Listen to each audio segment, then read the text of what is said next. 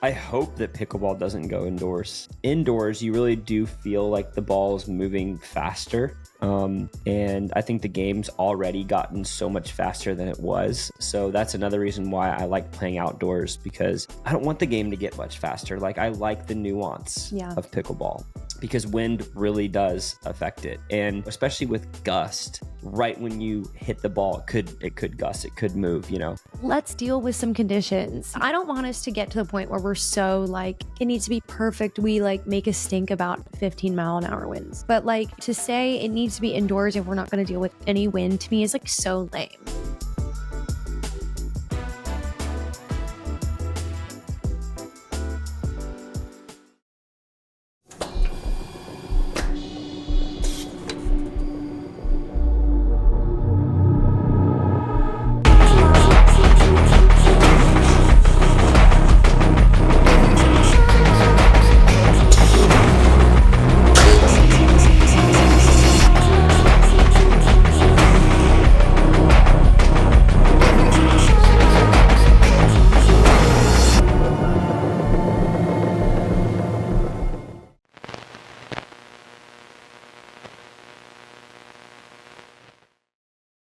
What's going on, guys? Welcome back to the Pickleball Connection podcast. I'm Barrett. And I'm Danea. We're super excited to hang out with you today. As always, we're going to kind of discuss some of the pickleball news and kind of hot button topics, as well as we have a really fun segment toward the back half. I'm really excited. But without wasting any more time, let's just get right into it. So the first thing that I kind of want to talk through is the Texas Open. So I know that they kind of had a break on tour, but I feel like it's still relevant because the forecast shows that the Red Rock tournament that's this week is going to have similar conditions. Really? I didn't know that, actually. Yeah. And by weather conditions, I mean wind. So if you guys didn't go back and watch any of the Texas Open tournament, there actually were quite a few upsets and quite a few crazy points. Not because of the players, but because of the weather. So I think, to my knowledge, it was like upwards 20 to 30 mile per hour winds. Yeah, I even saw, 20 to 30, and then, gusts into the mid 30s. Yeah. Which, obviously, if you've played pickleball, I'm sure that you haven't had perfect weather conditions every single time you've played. But have you ever played pickleball in, let's say, mid 20 to 30 mile per hour winds? I've tried. I remember, when we first got married, we lived in West Texas, and it was kind of COVID, and what brought us out to West Texas is irrelevant, but it was a super windy environment. So I had to monitor the wind a lot more, and it still gets windy here in Florida, depending on the season. But I actually had really studied what are the ideal wind or weather conditions, or what's the threshold? Yeah, like what's too much? And I felt like the moment it gets 17 mile per hour winds or greater, it changes the game to just not being very fun anymore to me, because rallies aren't as long, and I don't know. I would always opt out if winds were 17 miles per hour or above when we lived in West Texas. But right. I do think it's different, like gust versus like consistent wind. Yeah. But still, what about you? No, I would agree. It's crazy because like a little wind, you're like, okay, whatever, everybody's got to deal with it. But when you have significant wind upwards in the 20s, especially mid 20s, the game it's like you're not even playing pickleball anymore. You're playing like, let me just hit it in the court. Let me figure out how to like hit it so it doesn't gust out. Because if you think about a wiffle ball, pickleball, whatever you want to call it, it's very affected by the wind. It doesn't weigh a ton. There's holes in it. It just gets affected real easily. So a lot of pros were having a very hard time this past weekend. Oh, I saw like swings and misses. Exactly. Like complete whiffs. Whiffs. Yeah. And like, talking to the ref, basically saying like, we can't play this. Can we go indoors? Like, and there were these crazy, crazy upsets. So I guess my question is, one, do you think that pickleball should be strictly an indoor sport to eliminate wind?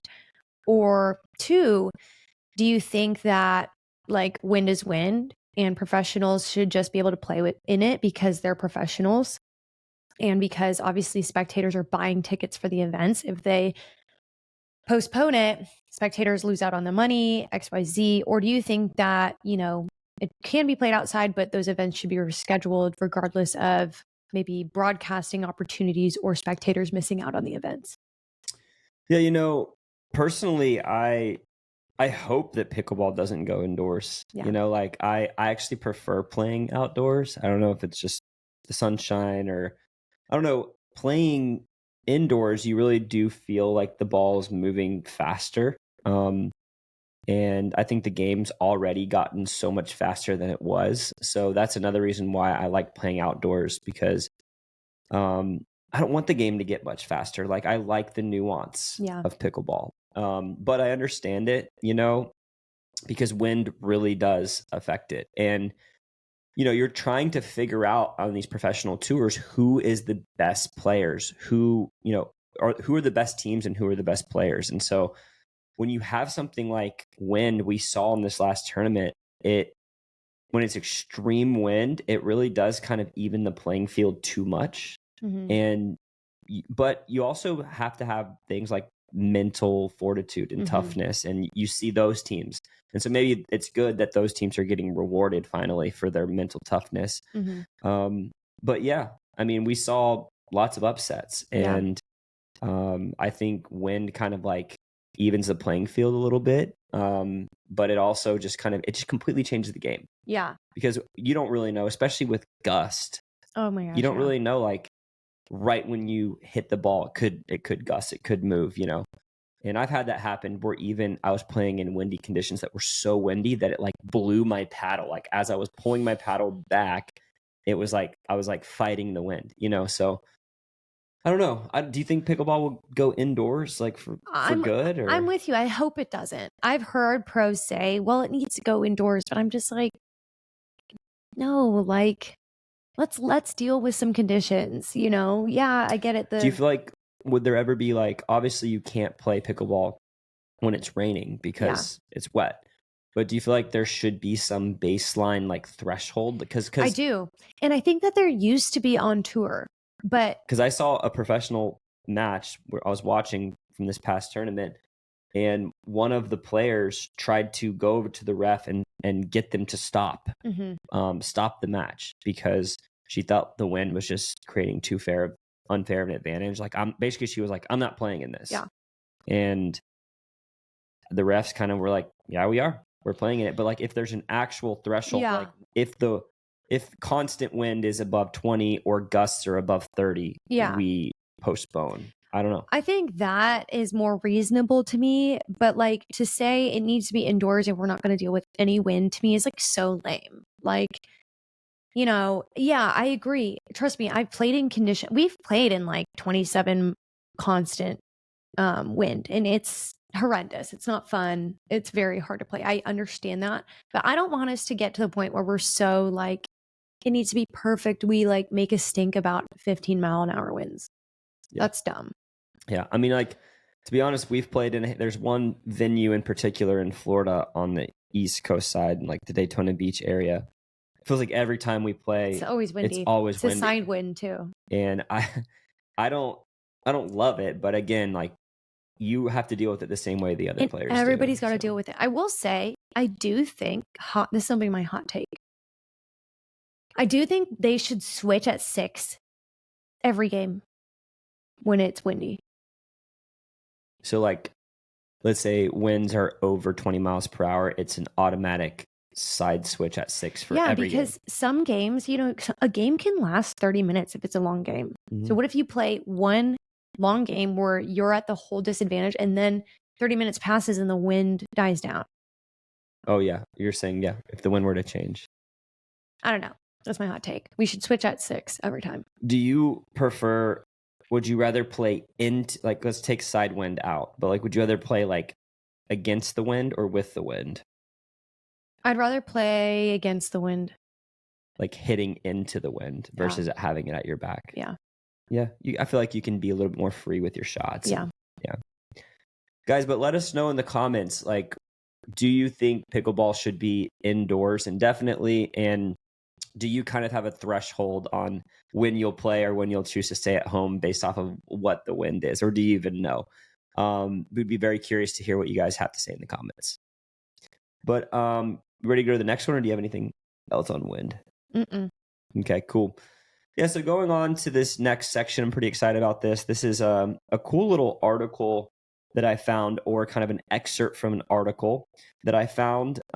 There's a pickleball coach who created this kind of charting the differences between what she's calling the classic game of pickleball versus the modern game of pickleball. And you and I have talked about countless times on this podcast, and I've heard it amongst other podcasts in the space. The game has changed so much. Yeah. And reminder, we've been playing pickleball since fall of 2019. Is it? I think it was summer 2019. Anyway, it doesn't matter. That's a couple months. No, fall. Okay. Fall of 2019 is when we started playing. Okay. Yeah. So that's, 5 years, 5.5. 5.5 years. And the game has wildly changed in that time. Yeah. So, yeah, I mean, it's interesting because we've brought it up how there's a lot of different things that are reasons the game's changing. A lot has to do with paddle technology and what you can do with the ball, how hard you can hit it, how much spin you can implement. You can keep certain balls in that you just couldn't keep in swinging that hard just 3-4 years ago. Yeah.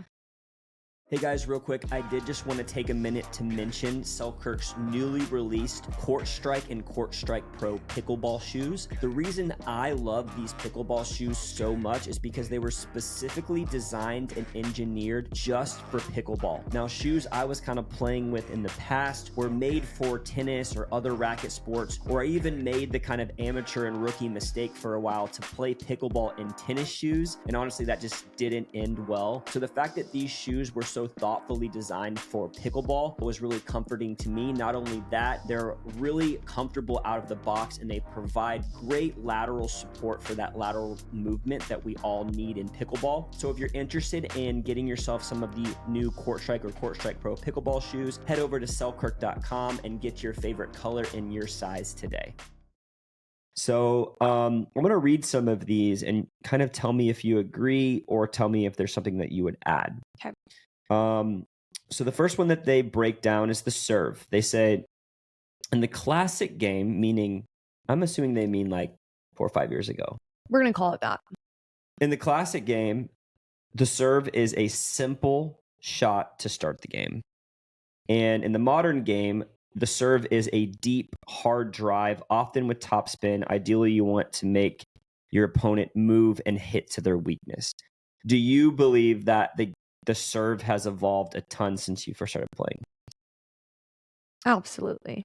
I think there are still a few pros, and I mean a very few amount that I see that just kind of get the serve in. Yeah. Now I would say it's like 99% of pros are going for the serve more. has become a setup shot instead of just a let's start the rally shot. Like when we started, it really was like, this is just how we start the rally. And now, we have players like, Will House, Deckel Bar, or even, who's I watching the other day that I was like, dude, his serve is crazy. But we have these people that... Eric Onsen. Yeah, it's kind of an up and comer. Yeah. Their serves are setup shots is what they are. It is 1,000% super offensive. And yeah, I mean, especially in singles, and these people are doing it in doubles too. Like the service has wildly changed in my opinion in the last 5 years. Do you like how the service changed? Like, do you think it should be a weapon? I think it should be a weapon, but I don't think that, hitting a flat, hard serve is good because then the rallies are like 2 shots long. Right. So I think it needs to be a clear, which is what the PPA is struggling with, down to up motion. And like low to high. Yeah. Okay, I It's a would different agree. discussion. I would agree. Yeah, the serve's definitely changed. The next shot that they talk about that's changed from the classic game of pickleball to the modern game of pickleball is in the classic game, you saw a third shot drop. Mhm. In the modern game, you just see simply a drop shot. So they're taking off that third Yep. and basically saying it's no longer called the third shot drop. And it's not done as frequently during the game. Often these days, it's the fifth shot that's dropped.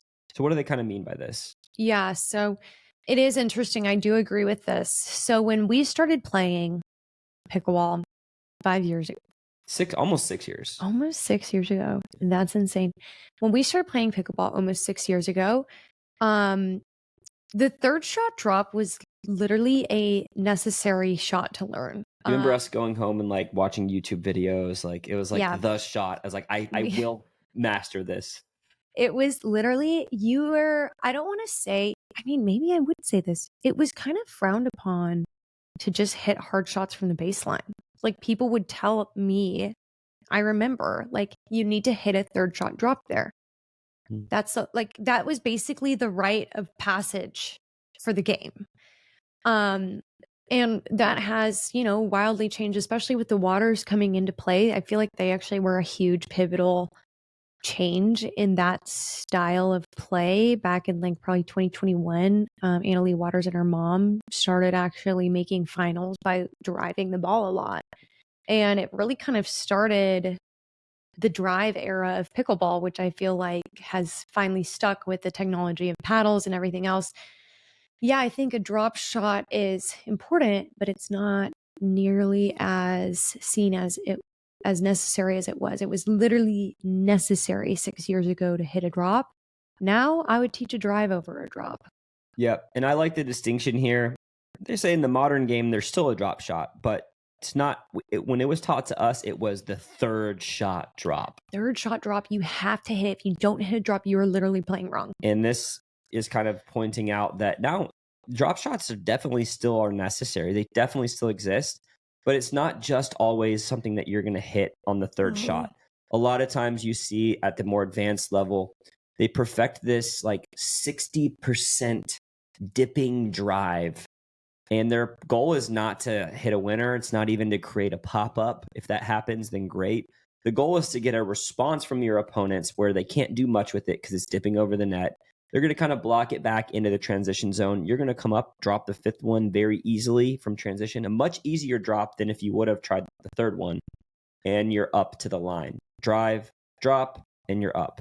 That's kind of what you see at the professional level a lot more now. Mm-hmm. I personally like this, even with the changing of paddle technology and things like that and how the game's evolved. I think it creates a different element. I like working on drive the third, drop the fifth, and get up, as opposed to feeling like locked into just driving or just dropping. Mm-hmm. But yeah, that was the next one that they said. You have any other thoughts there? No, I just agree. The next one that they said is in the classic game, drop shots must land in the non-volley zone, aka kitchen. In the modern game, drop shots should land at your opponent's feet, even if they are a couple inches or feet behind the kitchen line, aka a hot drop. It's like more of like a drip, what we would call like a drive drop combo. Do you agree with that one? Yeah, I would agree. But I would say, like, I do feel like then that was still the goal of good drops. Right. To like Yeah. create pressure. Yeah. Yeah. I think that's just what a good drop in general would result in. Yeah. Next one was kind of interesting. They brought it up in two different ways, and they were talking about like the ready position. Okay. Not just on the ready position, but also in like tracking the ball. So they basically said that like when you're in the ready position in the classic game, your shoulders are kind of like squared up to the net, paddles up, weight evenly distributed. And now in the modern game, it's more of this paddle tracking. So where your weight is kind of forward and you're constantly shifting your weight or swaying and moving the paddle to like face where the ball is on the court. Do you agree with that? You know what I'm talking about? Yeah, but I'm having a hard time remembering if that wasn't like that then. Yeah, I think I did learn later that you kind of want to turn your shoulders and track the ball. I think I did maybe play a little bit more squared now that I'm thinking about it. My memory could just be bad. I mean, I think it's more so like how the game, I wonder if I were to read more about into this article, but kind of how the game is taught even, not just how it's played, but like I remember I was taught a certain way, and like to your point, you would teach a drive to someone that's just learning out. Today I would. Learning, where that was like the last thing you taught to somebody a couple years ago. Be predictable versus being unpredictable. So they're saying like in the classic game, you kind of want to be predictable. You kind of want to just be steady, and you have to be more unpredictable and innovative in the modern game. Dinking in the classic game, you're basically trying to hit repeatedly and just dink until somebody else makes an error. Yes. This is so true. And they said a lot of times it'd be like 10 plus dinks per rally. They say in the modern game, dinking is a shot either hit left, right, or center. And then there's probably 2 to 4 times per in between volleys. So it's Yeah, so this is so true. This is maybe one of the biggest differences I've seen. So you guys all, if you're on like social media, you've seen like highlight reels of the pros' crazy points. And now they're like, you have firefights, you have like these crazy points.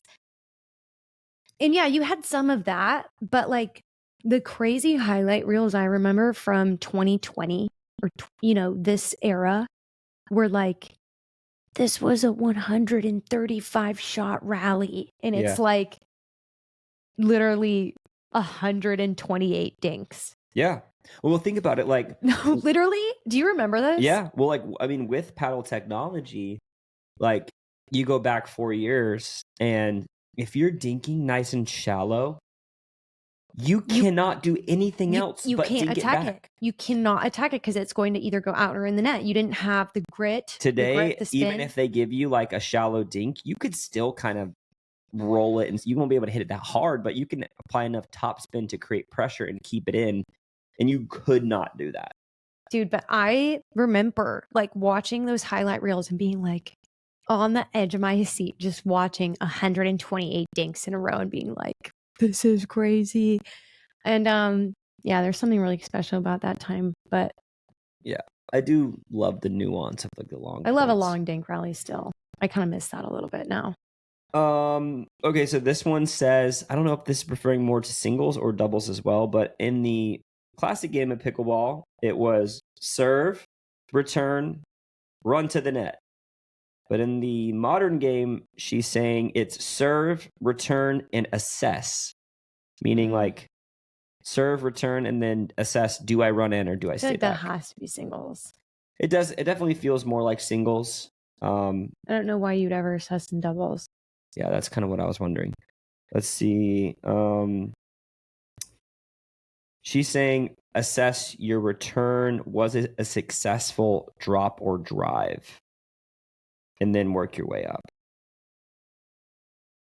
So I don't know. Maybe she's talking about like kind of reading the ball and is it a good drop? Is it a good drive? But anyways, maybe that's more for singles.